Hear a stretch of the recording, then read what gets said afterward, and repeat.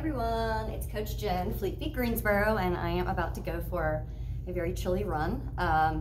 It is, when I checked my car this morning, it was 28 degrees, so it literally is freezing. So I wanted to share some tips with you about running in the cold and maybe kind of run through what I am going to run in this morning to keep myself warm. So my kind of 3 things to remember are the 3 H's. I have kids, so I like to think of it as hungry, hungry hippo. Better yet, called head, hands, and heart. So those are the 3 biggest things that you want to keep covered when you're running in such extreme temperatures. So I am just going to kind of, well, I'll run through those 3 things, but I'll kind of start with my head and I'll run down and kind of show you what I am going to be running in today. So we'll start with the head. So I am choosing today a headband. This is a Nike headband, and the key here is that it covers my ears.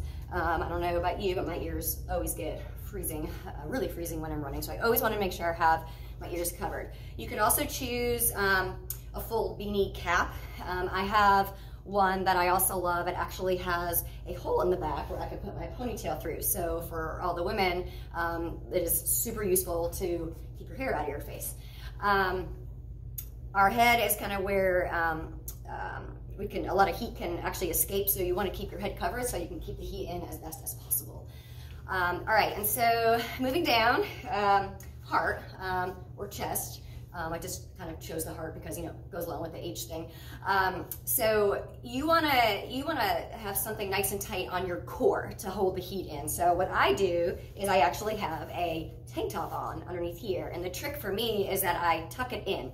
So by tucking it in, you ensure that you're not getting any air in that's gonna touch your skin, because I know for me that makes me really, really cold. So by just tucking in the tank top makes a huge difference.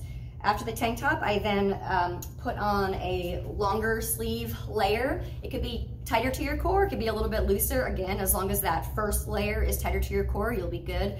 I really like the second layer to have thumb holes. So it just kind of gives a little bit of extra warmth to the top of your hands. And I just noticed that I have yogurt from one of my children on my shirt this morning. I'm just kidding.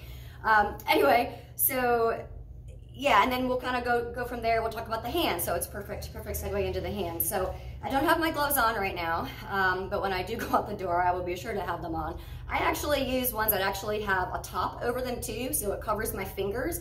Then it also has another layer over top. Really, my hands get freezing. I know some people actually even put in hand warmers when they go running as an extra warmth. I recommend that. I know I've tried it before, and I usually end up tossing it after 5 minutes, but some people love it. So, but you definitely want to keep your hands covered. Moving down for the legs, I just usually wear 1 layer. You know, you could choose to have a tighter layer on, and if you'd rather have something over top of that, you know, you could put shorts in just for some extra warmth over top if you want something baggier. That's your call, but you always just want to make sure that you have the 1 layer that's nice and tight to your skin.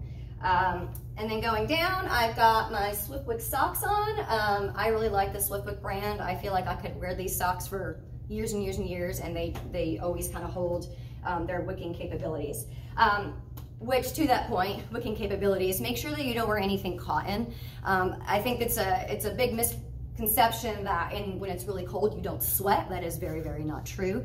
And when you do sweat and it's cold, trust me, you'll just get even colder, and it's terrible. So you always want to make sure that you have wicking materials on, polyester blend, no cotton. Also, a couple of other tricks.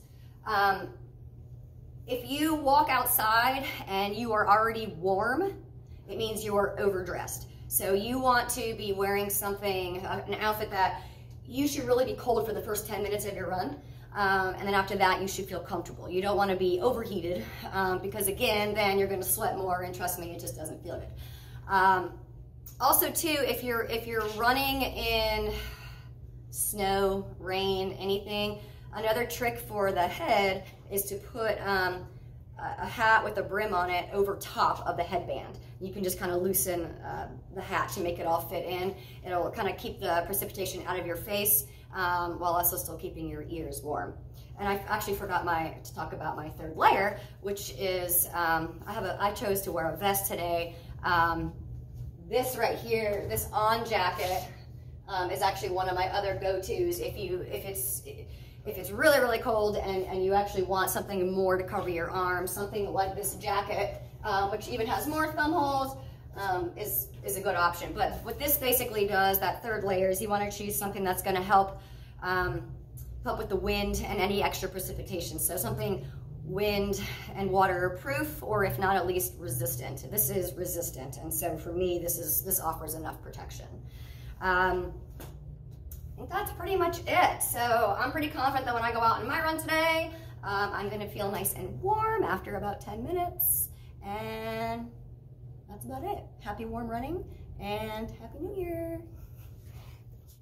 To purchase any of this gear or others, stop by Fleet Feet today. Want more videos like this? Hit the like and subscribe button. Thank you.